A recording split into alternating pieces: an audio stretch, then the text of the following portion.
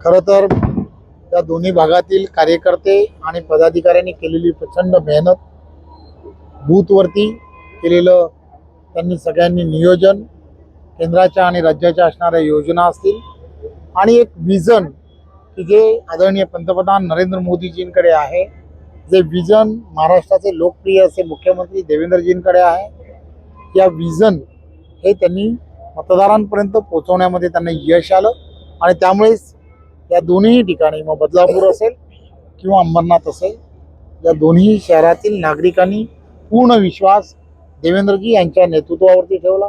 देवेंद्रजींनी सर्वांना विनंती केली होती की या निवडणुकांमध्ये एक दिवस जो आहे, एक दिवस तुम्ही कमळाचा बटन दाबून आम्हाला सहकार्य करा, 5 वर्ष मी तुम्हाला तुमच्यावरती लक्ष ठेवेल हे त्यांनी सांगितलं।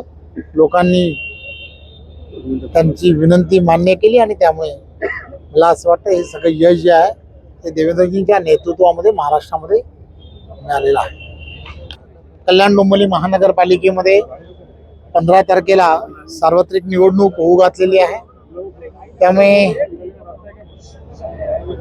कल्याण डोंबिवलीमधील भारतीय जनता पार्टीच्या सर्व कार्यकर्त्यांना आमचे जिल्ह्याचे अध्यक्ष नंदू परबजी यांनी सगळ्यांनी कार्यकर्त्यांचे मेळावे हे प्रत्येक भागांमध्ये आयोजन केलेलं आहे।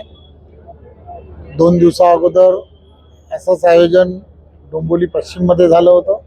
आज डोंबिवली पूर्व आणि कल्याण पश्चिममध्ये आयोजन केलं आहे। उद्या मला असं वाटतं की कल्याण पूर्वमध्ये असंच आयोजन केलेलं आहे। त्यामुळे सर्व भागांमध्ये नंदूजी परब यांच्या नेतृत्वामध्ये असे मेळावे होत आहेत। कार्यकर्त्यांना सगळ्यांना या संपूर्ण निवडणुकीसाठी विनंती करणं, वेळ देणं आणि चार्ज करणं हे अत्यंत गरजेचं आहे। त्यामुळे अशा मेळाव्यांचं आयोजन आहे। आपल्याला सर्वांना माहीत आहे की सर्व महाराष्ट्रामध्ये 288 ठिकाणी स्थानिक स्वराज्य संस्थांच्या निवडणुका होत्या। त्या स्थानिक स्वराज्य संस्थांच्या निवडणुकीमध्ये 236 ठिकाणी भारतीय जनता पार्टीचे नगराध्यक्ष पदाचे उमेदवार हे निवडणूक लढत होते आणि जवळजवळ त्यामध्ये 134च्या जवळपास ठिकाणी भारतीय जनता पार्टीचे उमेदवार हे विजयी झालेले आहेत।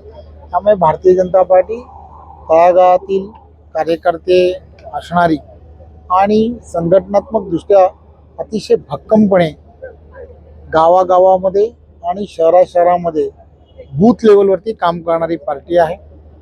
त्यामुळे आदरणीय देशाचे पंतप्रधान नरेंद्र मोदीजी जसं सांगतात, आदरणीय अमितजी जसं सर्व कार्यकर्त्यांना ज्या पद्धतीने संघटनात्मकदृष्ट्या आपल्याला महाराष्ट्रामध्ये आणि देशामध्ये 51% लढाई ही येणाऱ्या काळामध्ये जिंकण्यासाठी मॅन टू मॅन आपला संपर्क असला पाहिजे।